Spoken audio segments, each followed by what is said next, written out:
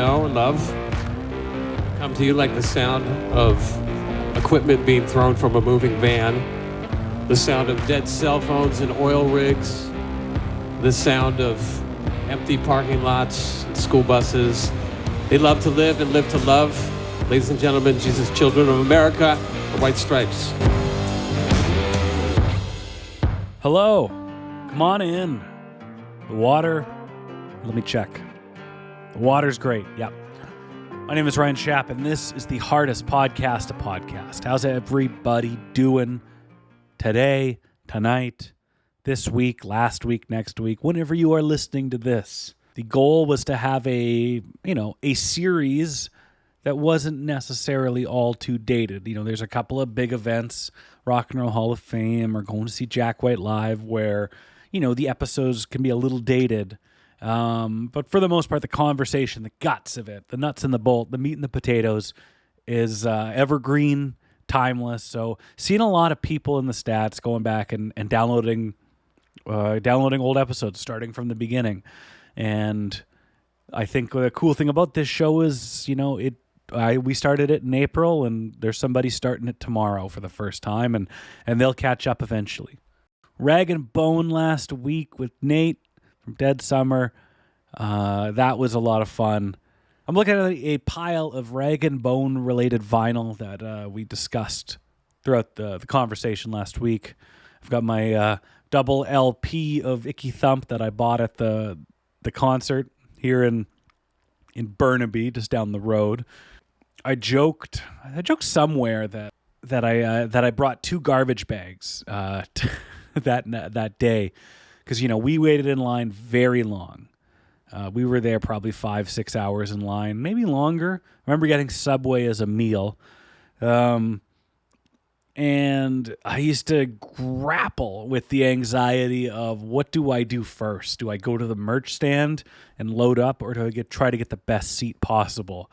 And in a classic anxiety situation, there was a no-win solution. I believe in this situation, if I remember correctly, I was with my White Stripes friend Chris and our friend Jessica, and she ran to get a spot or do her best, and we were pretty close. We were like second. We were 1 or 2 rows. It was GA, but we were right in front of Meg. And I ran to the merch stand, and I got a silkscreen print, which is framed and hanging in the living room downstairs, and the Icky Thump vinyl, which is just on a guitar amp across the room. And I bought a record slip mat for your turntable. That's downstairs. And I bought one of those button skeleton shirts, which was the style at the time. That did not survive. That got worn every day, twice on Sundays, and it's no longer with us. But I have all the other stuff from that show, which is really cool because it was raining buckets. It was a thunderstorm. A lot of people were worried that the show would be canceled and that it would just be a big mud pit. It was in Deer Lake Park, which is a natural amphitheater on the side of a lake, and it's just grass. So there was a little bit of panic in what we could expect. Beneficial for us, the rain kind of calmed down enough time before the doors opened. And I don't remember being in a mud pit. I don't remember my pants, or I don't recall that much. I had bigger things to focus on. But so my dad, we were outside the house, and he's like, "Oh, you should bring a garbage bag." And I said, "Yeah, I can to put my merch in." And I will always remember his like stone-faced, dry, like unimpressed reaction. And he's like, "Maybe you should bring a second garbage bag." And I'm like, "Oh, to where? Of course. Oh, yeah." So shout out to the old man for looking out for me that day and providing me with those big Glad garbage bags, because all of that merch that I got at that show I still have and definitely cherish. Like, holy shit. The other thing about that night is it was GA, it was a rowdy show, big rowdy crowd, and I had this bag of like expensive merchandise, like silk screen posters and vinyl. Like it's hard to keep safe. I just remember clutching them with like, to protect them at all costs. So originally I tried to like put the merch on the other side of the barricade and just like, can this be safe over there? And the security guy was like, listen, there's like a little platform that they help to get crowd surfers or people out of the pit that they stand on. It's like, I can put it underneath there, but I can't guarantee it's going to be there at the end of the show. And I thought about it for a second and I'm like, okay, either smashed up merch or lost or stolen merch, what would you rather have? And I was just like, I got to take the chance. So we put it in there under the barricade, on the other side of the barricade, under that little thing, and I could see it popping out. So I kept like, anytime I had an opportunity to like look over the shoulders of the people in front of us and like down on the floor, I'm like, okay, it's still there. Long story short, best concert I've ever seen, hands down. And the merch was there at the end of it. And like, those moments you're like, oh, maybe I was a bit more anxious as a kid. This didn't develop in my 20s or 30s. Like, man, any opportunity for my attention to go from the band or the show went to that merch, and like the security guard was like happy to get rid of me at the end of this show. So I got my bag, everything's still safe, and yeah, that was a very, very special night. If you like what we're doing right now, if you like this show, you like the series, you like the effort we're putting into the White Stripes, you can help support us and you can show some love over at buymeacoffee.com/hardestpodtopod. That link again is buymeacoffee.com/hardestpodtopod. I love doing this show, and I'm going to keep doing this show until we run out of songs to do, and then we'll do another show. And if you like that, buymeacoffee.com/hardestpodtopod. So on the show this week, this is a pleasure of a conversation to have. Melissa Giannini, she is a tremendous journalist, a great writer. She wrote the fantastic article Searching for Meg White that was published in Elle Magazine about 2 years ago. So I remember seeing this article when it was originally released a couple of years ago, and then with the Stripes going into the Hall of Fame, it was making its rounds again. And I just remember reading it, killing time at work, and just I thought the article was outstanding. I couldn't believe how informed and learned Melissa is and was in that article, and mostly the level of respect that she gave the band, and more importantly Meg, in this process. And it's a level of respect that I hope to achieve on this show through this creative endeavor. But I reached out to Melissa, and she was stoked to come on the show, and we talk about probably the best album finale the White Stripes put out. Probably White Blood Cells has the best finale, the best amuse-bouche, the best palate cleanser, with that being This Protector. Absolutely outstanding song. I listened to this song so much leading up to this conversation.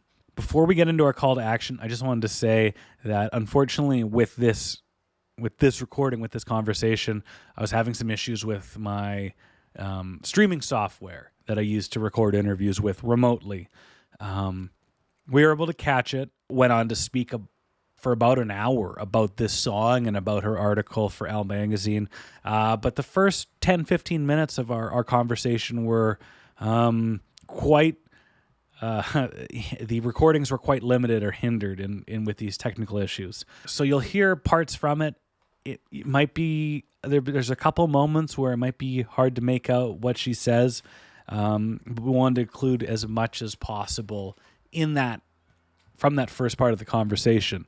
Melissa brought up her writing in university and following bands in the Detroit scene and influential classes that she took to be exposed to music, and befriending Dominic, who is Jack's childhood friend who plays bass in his touring band.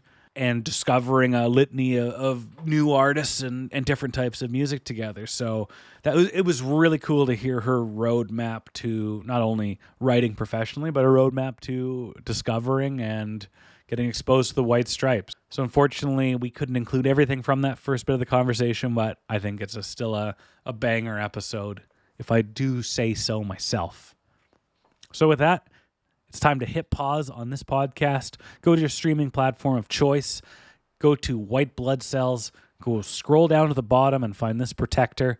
2 minutes, 12 seconds. What a huge track. Absolutely outstanding. So as you know, I ask you, the listener, our friends of the show, to listen to this song before the conversation so that it's as fresh in your minds as it was when I spoke to Melissa about this protector. And I also tell you, can you do it on your streaming platform of choice so that as this show grows and evolves, we have this little metric that we can show the fat cats down at Third Man, that when we do an episode about a certain song, that there's a little blip. There's a little blip every episode we do, and they can correlate. And yeah, it's a very simple and tangible way to show that we are out there and we are celebrating all their songs. So now that you've hit pause, now that you've listened to this protector, you've hit play on the podcast again and you're hearing me yammer, let's introduce Melissa.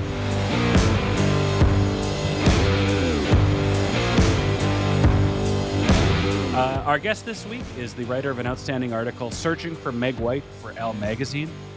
She's also worked as an editor for Nylon and Spin and was the staff music writer of Detroit's Metro Times in the White Stripes' early days. She is Melissa Giannini. Melissa, how are you doing tonight? I'm doing great. How are you? You followed the White Stripes in their early days. Without the benefit of hindsight, what was your first impression of the band? Oh gosh. Before I worked at Metro Times, I worked at this other weekly called Real Detroit Weekly, and was like writing about the local scene. And I was just like very aware of like all the like local bands, and White Stripes were one of them. And then like a year later, I was at Metro Times, and so I was doing a local music column, and I think the White Stripes were on tour for Distyle. And I would be getting these like dispatches from the road, and they were like so like whimsical. Like it was just like, Jack would be like, "Oh, I met Veronica Lake's granddaughter," or like, just like all these like funny little tidbits from that they were like people they were meeting and experiences they were having. And I was like, who are these people? Like, and I was like, they're cool, like they were on my radar. But like, I think those little dispatches really got me kind of hooked into like the lore of them. So when White Blood Cells came out, getting the record and just like that first like Dead Leaves in the Dirty Ground, like that, those like the like like that kind of sort of scratchy beginning, and then the boom of like that chord. I was just like, whoa, okay, this is not just everyday garage rock that's everyone's doing every night. It's like it's something, like there's something there. And as we were listening to it in the office, and like everyone just kind of kept coming by like, what like what's this? And it was like we were like, these guys need to be on the cover. And so I remember like they had a publicist, but he remembers it differently. But Ben Blackwell, I know, was on the phone with me a few times in this period, and he was just like, so what do you think? Did you hear it?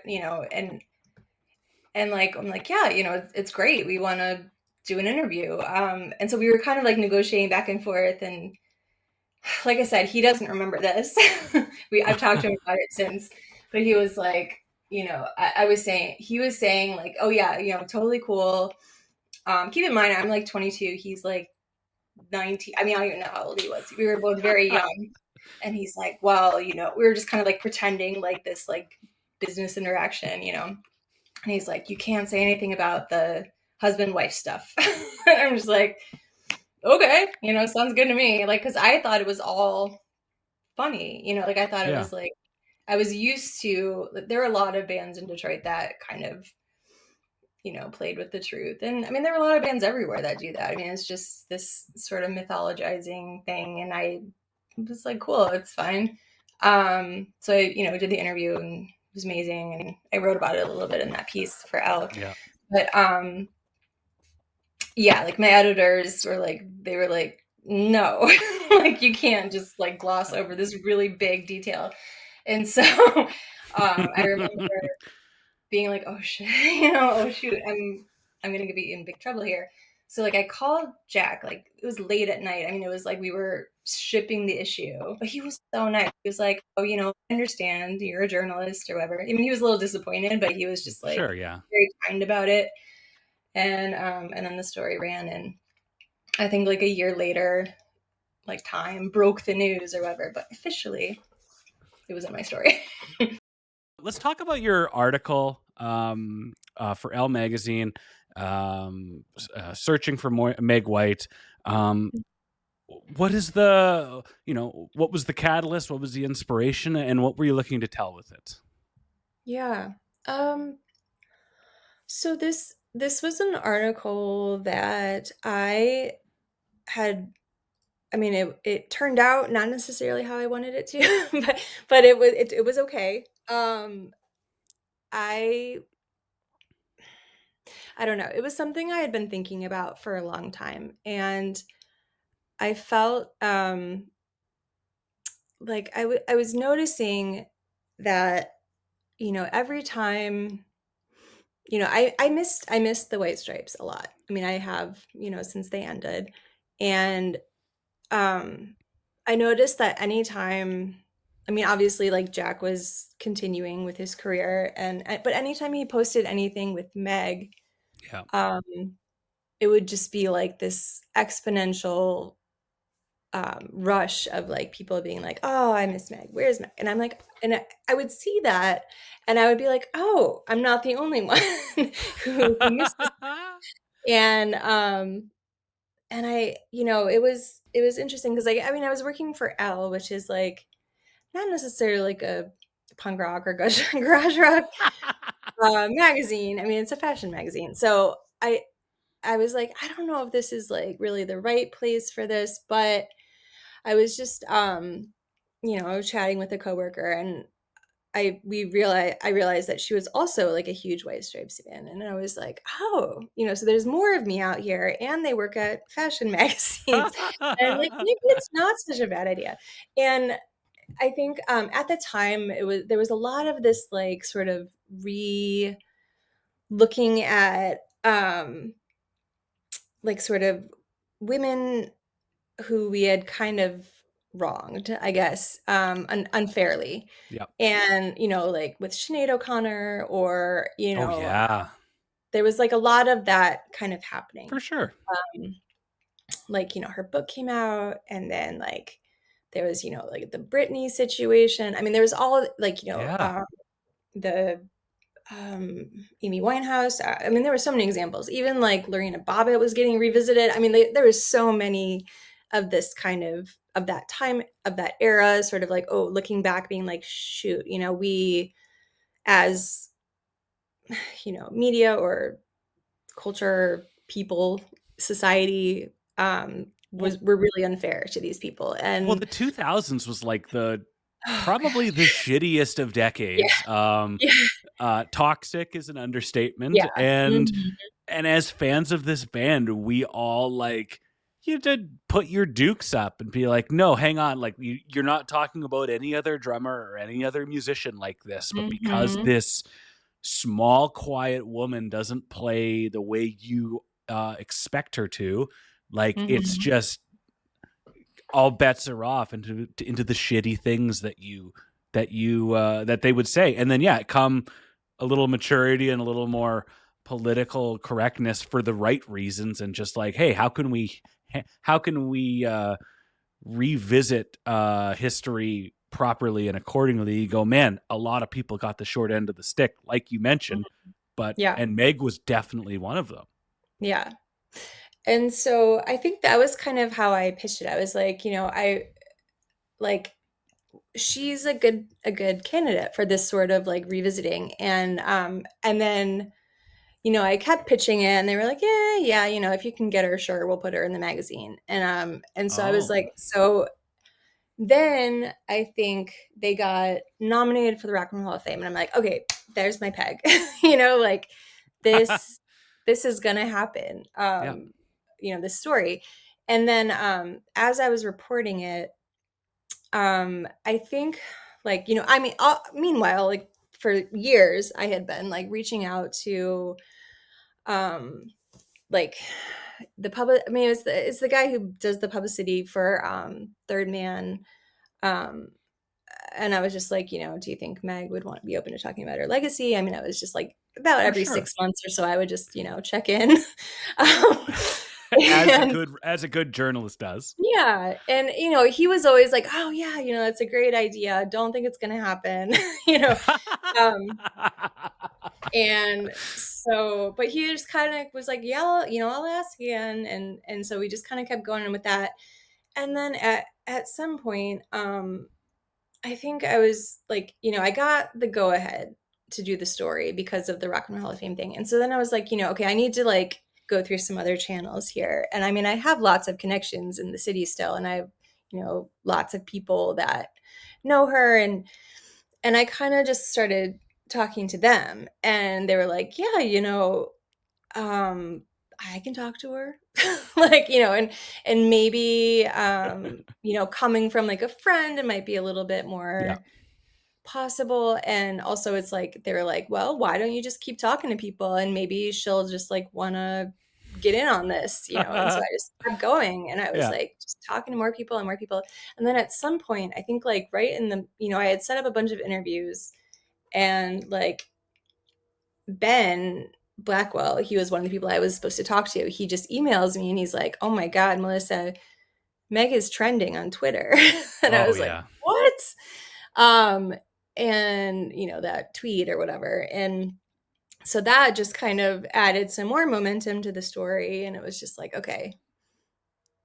And like right up into the very end, I thought maybe she would talk to me. Like, like I kept going for it. You mentioned then, that like off the top, you're like, it didn't turn out the way you wanted. What, obviously the best case scenario is you interview Meg White, everything is great, the legacy is spotlight is shown on her, like everyone rides off into the sunset. But like realistically, what would have happened for that story to be good or to be better in your eyes?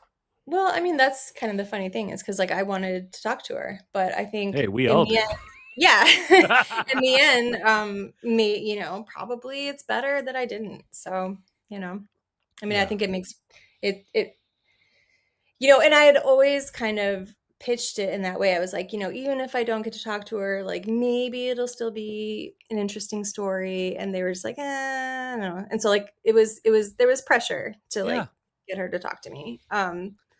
And when I was like, okay, I got to turn this thing in. So I just wrote it with what I had. Yeah. And the editor was like, I enjoyed that. That was good. So I really loved it. I love the people you talk to. And like, I think as the average White Stripes fan or somebody that's interested in Meg just kind of wants to know that, that they are, that Meg's, living life, and it's not a, that health is good, mentally, whatever. So like to hear just the stories of like, oh, there she was at the Raconteur show, or there she is at the oh, what is that album? Boarding House Reach tour. Like just those things alone, you're like, okay, she's doing fine. That's all we want to hear. And then when she's like, the friend gets back to you and says, she just doesn't want to do it, and she's been saying no so much, where it's like, okay, she kind of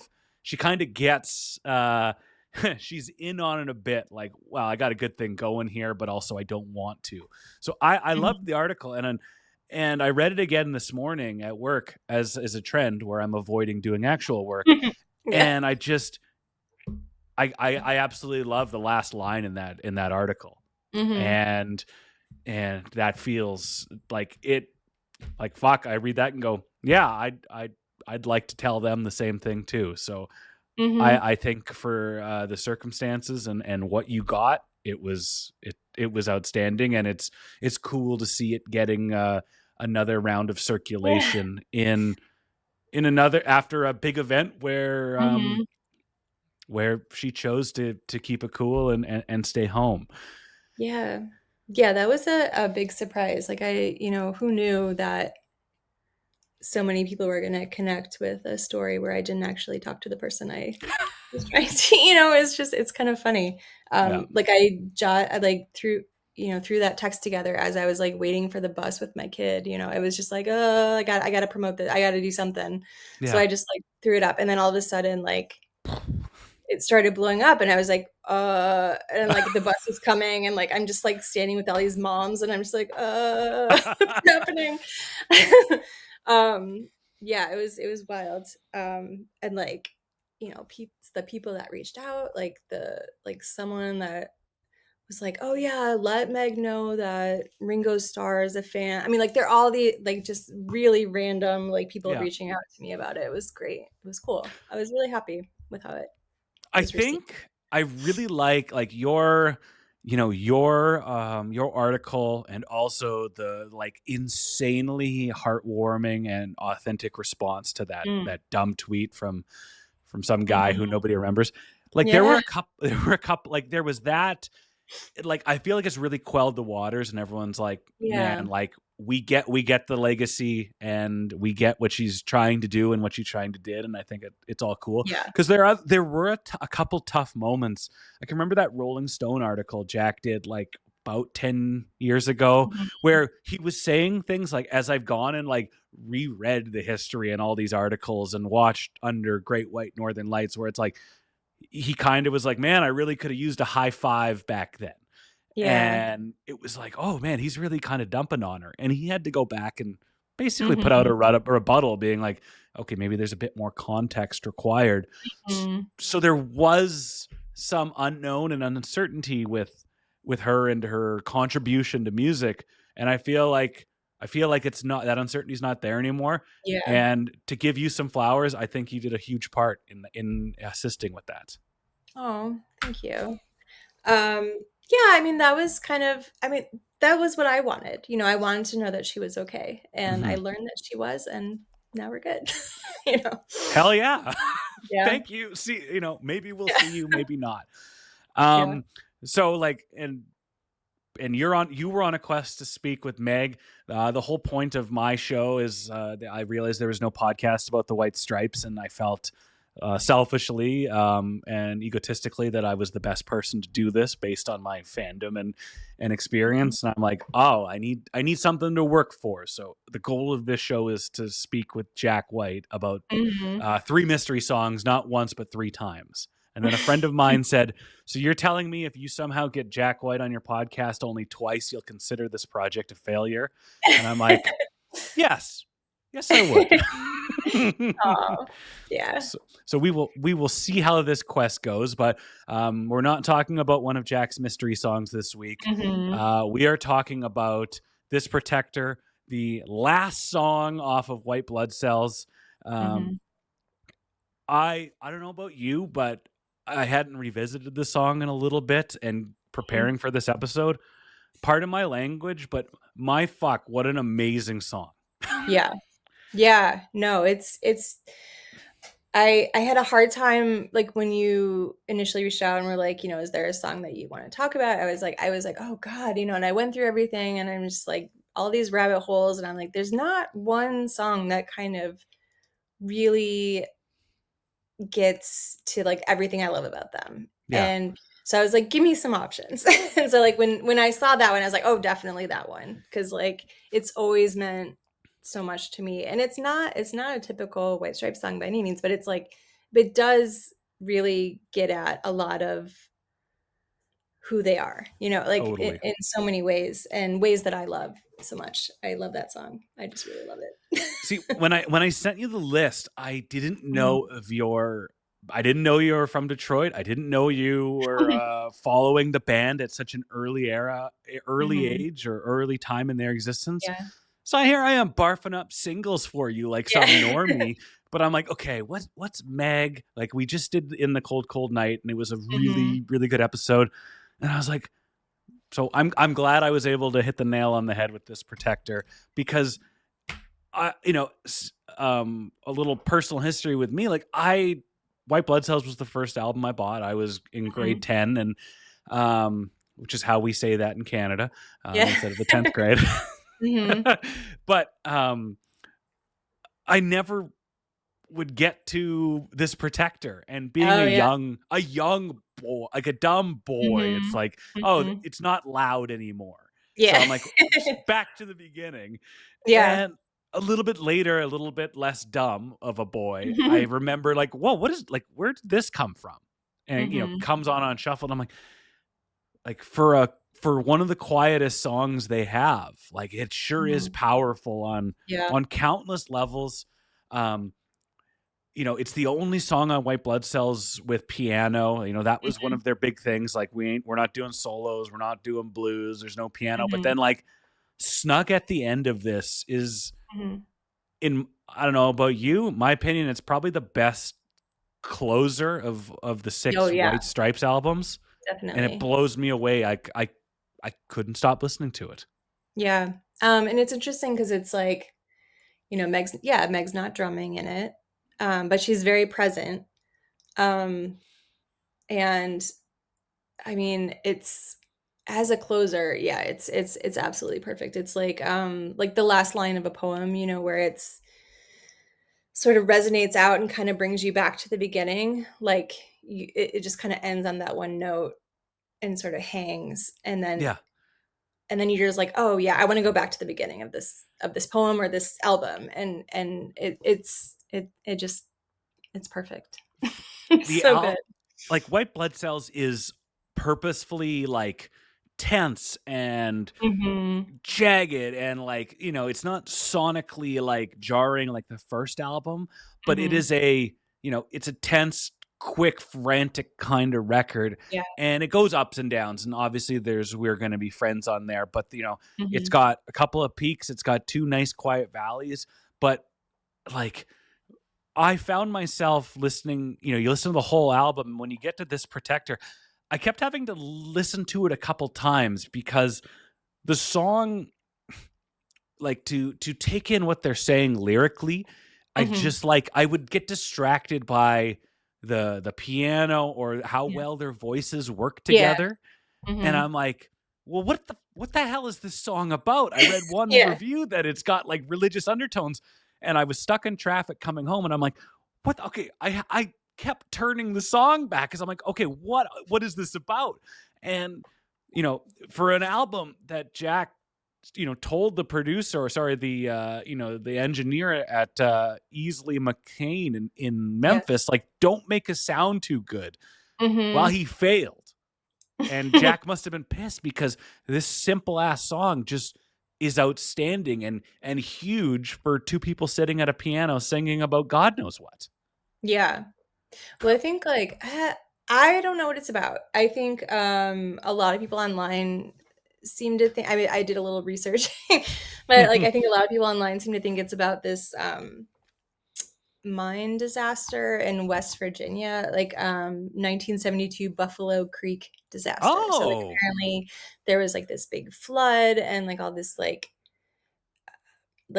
black water rushed in and, killed a bunch of people, and, like, 4,000, I think it was, like, a town of, like, 4 a few thousand, and, like, sure. everyone kind of lost their homes, and it was just, like, this major disaster, which makes sense, I guess, with the lyrics, but, I think, I mean, like, a lot of their songs sort of reference, events or films or, like the Union Forever, or like, Hmm. there's a lot of that kind of references. But each one of those songs also has its kind of like more like internal meaning, I think. And to Absolutely. me, like as a listener, as someone who has anxiety, and is, you know, like that's what it is. I mean, it Yeah. feels like a panic attack, you know. It's like, Yeah. you know, there's, you know, you heard someone at the door, it's coming through the floor. I mean, like that's what it feels like, this really like kind of panicky feeling. And I think it, you know, fits in with the theme of the album of like this kind of like they're coming for us kind of, you Yeah. know, feeling. And I think it really just, I don't know. I mean, I yeah. love the mental health approach to it because hey, I don't know how old you are, but my millennial brethren, we're all a little anxious, and I feel like everybody Mhm. is these days. But you hear it, and you're like, it's coming through the floor, and I'm like, okay, well, what, like, is this like is it some horror film or something? It's like, no, it Yeah. wouldn't make that much sense. But I just love the anxiety or like the kind of, the emotional toll on it, because like the quiet part that Meg is saying at the top is, Yeah. At I the never beginning, knew that I had to be this protector. yeah. So many Mhm. thoughts inside my head, a strange collector. Like, Mhm.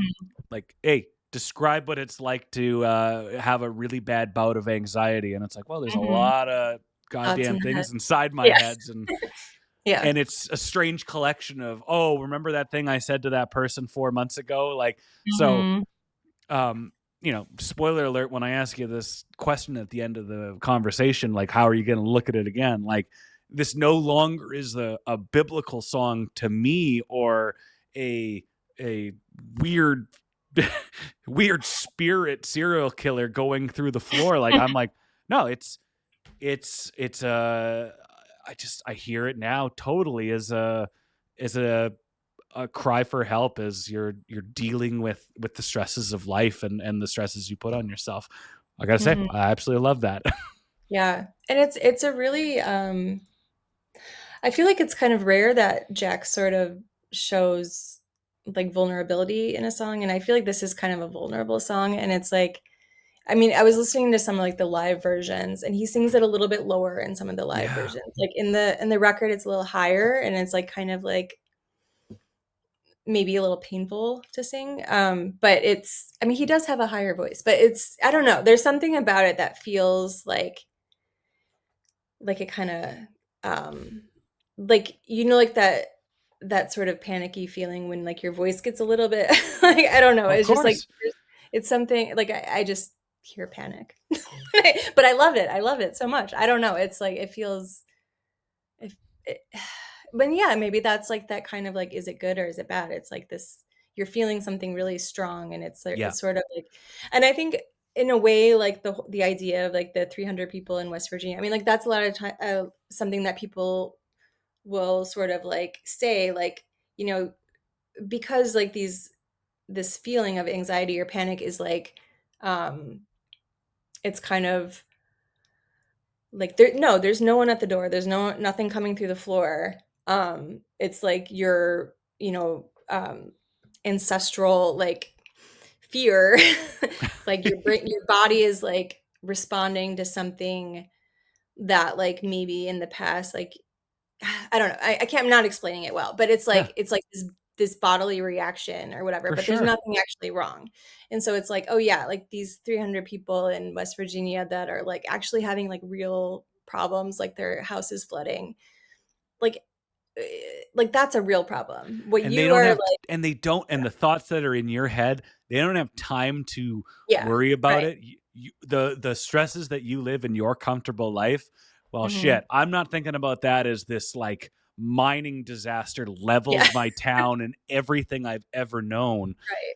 So like, yeah, I couldn't agree more. And like, in terms of, you know in moments of anxiety or stress or depression, like, I'm stealing that. I'm, in the next time that I'm, have some trivial thing, and not to downplay it, but like, I'm pretty good at that when I'm getting anxious, and just think like, there's 300 people down in West Virginia that they don't have the time of day to worry about the things you're worrying about right now. So Yeah. maybe you shouldn't either. Yeah, I mean, I could be reading too much into it, but I don't know. I mean, it's, you know, it's interesting. when I was like reading about that disaster, it kind of made me think about like that Gordon Lightfoot song. Hell yeah, 50 Yeah, years. it's true. Who just It's had sort the of like, big- yeah, it's like the minimal version of that or something. Hey, I think that if they heard that this was their abbreviated take on the wreck of the Edmund Fitzgerald, Yeah, then that's yeah, a compliment and a half. And yeah. as a Canadian, I can't tell. Oh, Oh, you're on the Great Lakes, so you know how yeah. I important mean, that song Detroiters are kind was. of honorary Canadians in a way. Yeah, yeah. We briefly touched on Meg singing on this. Hmm. Like obviously she like her performance on the next album on In the Cold Cold Night and Passive Manipulation Hmm. is special and I fits the song perfectly. Hmm. But she singing and harmonizing with Jack, I think Hmm. this is something that really gets overlooked, Yeah. and it doesn't happen a lot because their vocals, their voices work so well together and are Hmm. so intertwined in this. And Jack's got that kind of higher tone and Meg's a little quieter and maybe a little Hmm. lower. Like Yeah. it I kept listening to how good they sounded together. I Hmm. don't know, I wish there was more of that on those Yeah. records because it was Yeah. outstanding.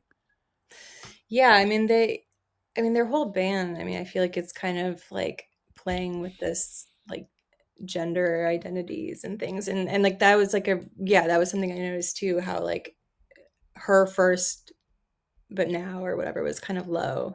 Yeah. And then his was high and hers was low. And then when they came together, it was sort of like the same, like, Hmm. yeah, really good harmony. It was nice. Um, yeah, it's good. Yeah.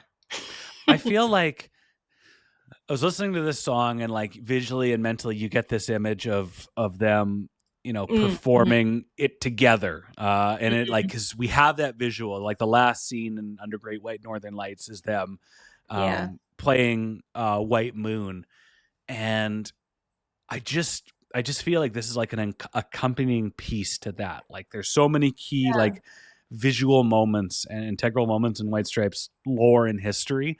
And you talk about vulnerability. I just like, I would listen to this song and then I would go watch that performance because you are seeing Mhm. two people at their most vulnerable and honest and genuine, and just the experience that they've had kind of pours out of them on both of those performances.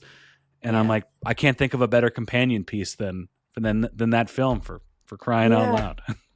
Yeah, I mean, listening to the recording, you do kind of feel like you're in the room with them because in the beginning, like, and Meg's doing that, like the spoken part, it is a little bit farther away from the Yeah. mic, like she's maybe in the other side of the room or something. And then she's like, "Oh, right, I need to get closer to the mic." So like by the time they do the and nows, so it's like, yeah, there's like, and it, oh gosh, it's so, I was listening to this in the car. It's like such a fun song to like belt along to in the car. Oh my God, it's so good. Yeah. I have Yeah. And it um feels, go ahead. it's like, it's good, but it's like, it feels very like DIY in a way, like, oh, I can, not well, but I could sing along and I can like kind of match Yeah. their notes. Yeah. You could join in there if you were Yeah. Yeah. and because like it's nothing outstanding or like it's just something really simple done really well. Mhm. And the magic with them allowed that to happen. And I'm not saying Yeah. that anybody could make that song, but it's like when, there's nothing too complex about it. There's no outstanding Lady Gaga musical performance. It's Mhm. just a very simple approach. And like all things White Stripes and maybe that's where that hate comes from, but like you listen and just go, man, I could join in on that. I could be Mhm. part of that. Um But you can't. I mean, it's nope. it's just it's like yeah, I mean, that's the magic of them is like that connection. Well, it's like they make you think you can, Yeah. but no, yeah, no one could replace either of them in that band. I mean, it's just like their connection is what makes it good. It's yeah. It's like yeah. in my mind, I have this mental sizzle reel about the White Stripes, and it's like whether it's with the induction video for the Rock and Roll Hall of Fame, they all the killer stuff, like, and of all the ways to define the White Stripes. As I'm doing this podcast, I'm putting together my White Stripe sizzle reel, and this is the second installment. The first one would be about the last 30 seconds of I just don't know what to do with myself, where it just picks up and is insane. And it's like, if you need a clip to describe this band, that's it. I would say that when this song goes into the 300 people living out in West Virginia part, it is one of the most defining moments of what the White Stripes are and what they sound like. And I think that I could listen to that part of the song where it's just like the emphasis increases, and it just like, I think it will give me chills for a long, long time. It's just so perfect. Yeah. Like that moment, like right before, and then they belt that out. Yeah. It's yeah. Yeah. So good. This song was not performed live that much. The first time it was performed was at the Gold Dollar on June 7th, 2001. Yeah. They played the whole album in its entirety. Were you there? I might have been. It's so fuzzy. I know I went to at least a few, because I know they had 3. Was it for White Blood Cells? They had 3 shows. I know I was definitely at the Magic Bag. I remember that because I went with a friend. I may have gone to the others. I honestly don't remember. I think there was like Magic Bag, Magic Stick, and Gold Dollar. I remember the Magic Bag. So I was definitely at that one. I may have been at the other 2. I can't remember. Sorry. I've been, since like, grade 11 or whatever, I had been buying bootlegs and audio and live recordings of this band. Did you hear about these venues? You hear about the Gold Dollar a lot, and I thought it was kind of glossed over on the Rock and Roll Hall of Fame, where they're like, oh, it's like the CBGBs. Without the nostalgia or hindsight or all of those things that would cloud your mind, what was that bar like? Oh my God. It was like a home away from home. Oh my God. Okay, so I loved that bar. It was so there was like, okay, so it was kind of in the middle of like, well, it was in the Cass Corridor, but like at that time it was kind of a little farther down. So it was like a little bit empty in that area. And I remember there was this parking lot next to the side, and then the owner, Neil Yee, he had this like camera, so you could kind of keep an eye on your car like while you were in the show. So he had a camera pointed to the parking lot. So like, just because I guess they had a few break-ins or whatever. But yeah, I mean, that was just like, that's one element I remember. I remember when they were getting ready, they were only there for like, I think like 5 years. I mean, it wasn't that long, but it was just, I mean, before that it was a different bar, but then when he bought it, he turned it into this kind of like rock venue, or just like anything. I mean, venue. It was like lots of experimental music. They used to have this like prom there sometimes. It was cool. I, for a long time, had a few of the bar stools from there, because when they closed, they were just kind of getting rid of everything. And I don't know where they are now. Some friend that I lived with at some point probably has them. But yeah, I had 2 bar stools from the Gold Dollar for a while in my possession. And yeah, it was my favorite, probably my favorite bar. I mean, there were so many bars that I loved there, but that was a good one. It was so fun. Really good sound for such a tiny little thing. It was like great sound, great just eclectic, everything. Like no matter what, if you went there, you'd have a good time. What would happen if you dropped a wool coat on the floor? Oh God. Oh my God. There we go. You do not want to do that. No. It was disgusting. I mean, like just sticky floor, like, I mean, back then, I think smoking was still allowed. I mean, you just were like coated in just like yellow. I mean, like I had burn holes in my shirts back then. I mean, burn marks on my arm just because people were like, and that was just from the White Stripes because they were smoking like chimneys. Oh yeah, yeah. It was definitely different. Yeah, if I were to go, I mean, I don't know. It was, yeah, it was I mean, amazing. it's Loved a it. it's part of a important scene at Mhm. a insanely impactful time of your life, and like I mean, like, yeah, those bars that we all love are dumps, and Mhm. but they're not like.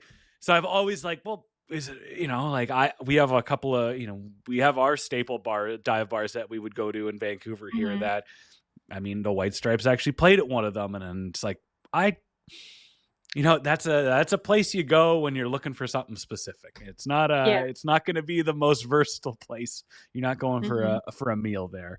Yeah, no, no, no, no. No, you're, yeah, going for a crappy well cocktail or a beer, like, just, I don't know. But it was amazing, and it was very much like focused on the music. I mean, there was like, it was basically just the bar and the stage, Yeah. like there was no like little hangout area. I mean, it was just like you were there to see the band and drink. It Hell was yeah. just, yeah. It's everything you need in a venue Mhm. like that. Yeah. Uh, so they played it the first time. They debuted at the Gold Dollar on June 7th, 2001. That's available on the White Blood Cells Deluxe Edition. Meg does her little monologue off the top and sings with Jack. And then seems like going forward, they played it 20 times total. Jack would take on it would be just Yeah. Jack doing vocals, which I don't dislike it, and I still think it's a Mhm. good song, but I think the magic in this song is hearing those two Yeah. very different voices kind of come together and mesh in the middle. Yeah, and I was trying to think back, like if I had seen them, any of those. Like, I mean, I think I was in Chicago actually when the Aragon Oh Ballroom yeah. show, but I didn't go to that. I think I was too broke.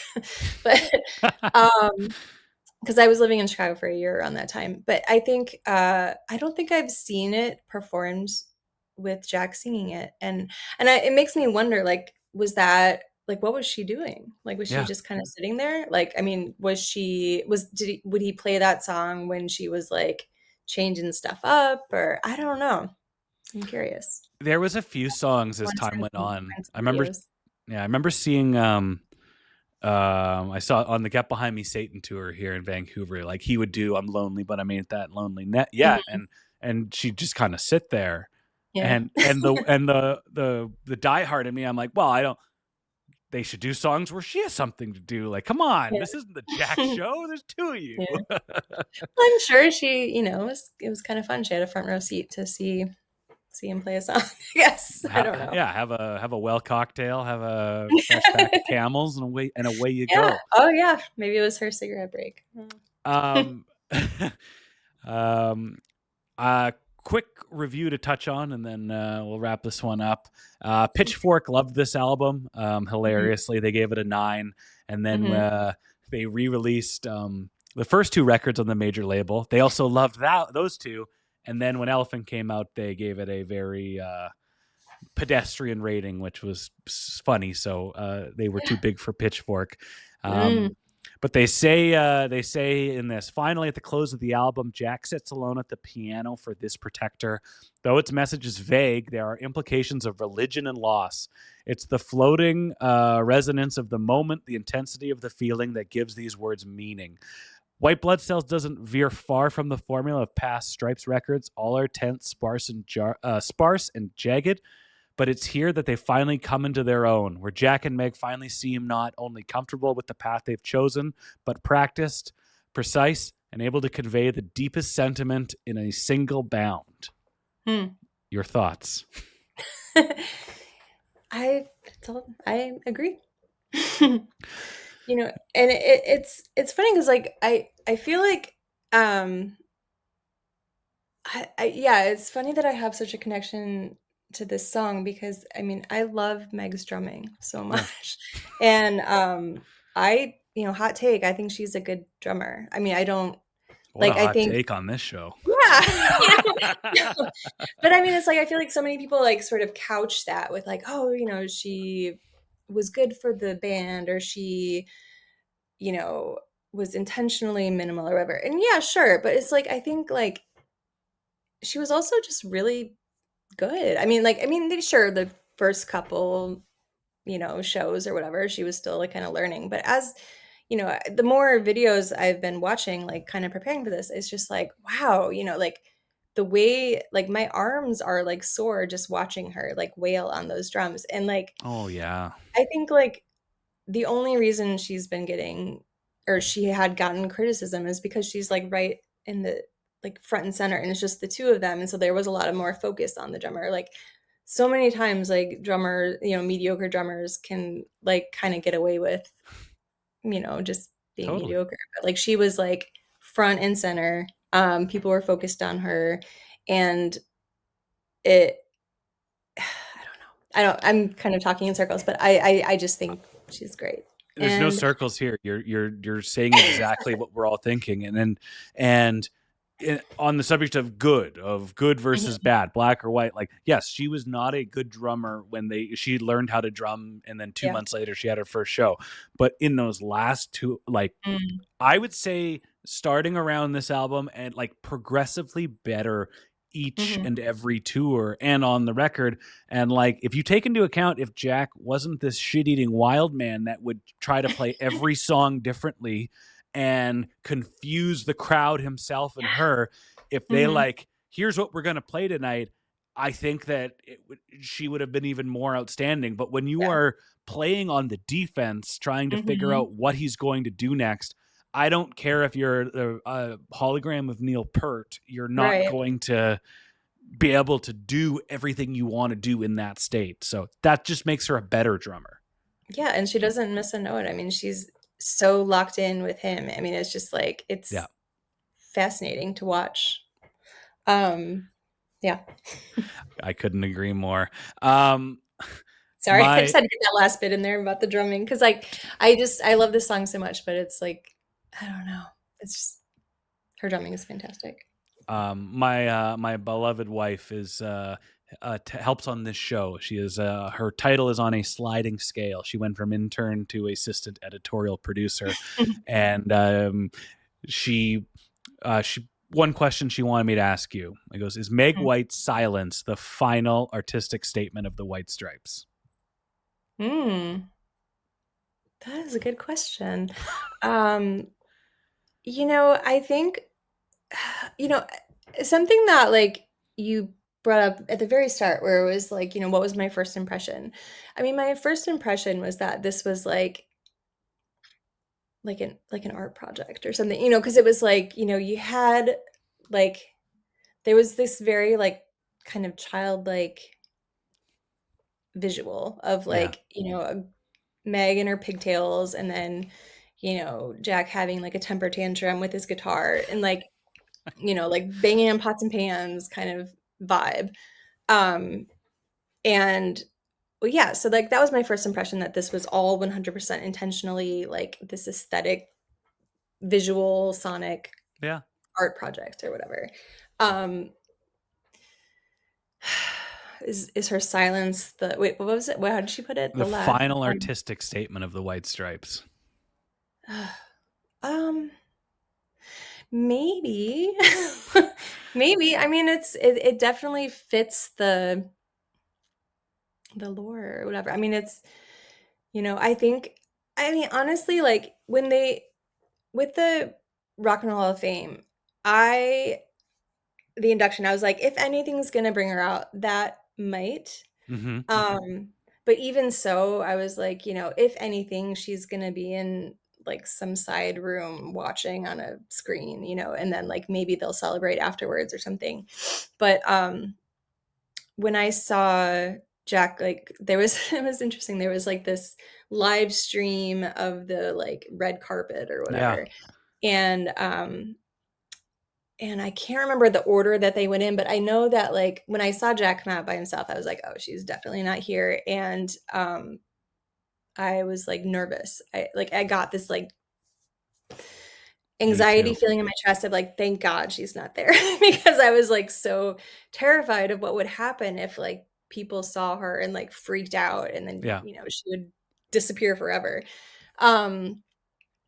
And it was interesting because on this live stream, like, it wasn't like, like the Oscars where it was very like orchestrated and like, interviews, live on camera interviews, or whatever, like, what are you wearing kind of thing. It was just very like bare bones, like this woman that was like just shouting out like, okay, this person's coming next or whatever. And so I think Chapel Roan came on at some point, and then you could hear this woman being like, okay, be nice to her, and it was like, or else she's gonna leave. And I was like, that's Meg's legacy, because it's like now, like later on in the show, the broadcast or whatever, oh God, like, Chaperone inducted Cyndi Lauper. Yeah. Cyndi Lauper saying like, oh yeah, my shoulders are big enough for you to stand on, whatever. And I was like also thinking like, in spirit, Meg was there, because it's like,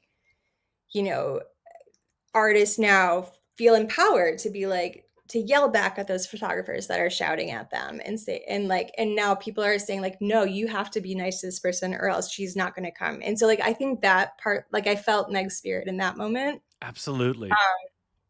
Yeah. So yeah, maybe. I think like the way they ended the band, and it was just a statement a few years after the Conan performance, and it's like they're just preserving everything that was special about the band. And I think that her silence and removal from the public eye really does that. It just adds to the, like, this band had mystery and intrigue on day one, and it still does. And Jack is Jack, and he honors the band with, playing their songs live. And but there's nothing remotely close to a rehash with the White Stripes. And I think that a key contributor to that is Meg just getting out of the spotlight. And it's like, what could I possibly do? What could I possibly say that would somehow improve this legacy or improve this, like, until they're going to get together and decide to play music again. Like, I don't see it. I want to see it and I want to hear it, but like, I absolutely get where they're coming from. And you grappled with that for a while, writing that incredible article. So, it's like, it's bittersweet. We'd really like it, but fine. You probably don't need to. It's okay. Yeah. No, that's exactly the story in a nutshell. Yeah. Yeah. This has been a fantastic conversation. We have spent an hour talking about a very quiet, very short song. Melissa, the next time you listen to this Protector, what is going to go through your mind? I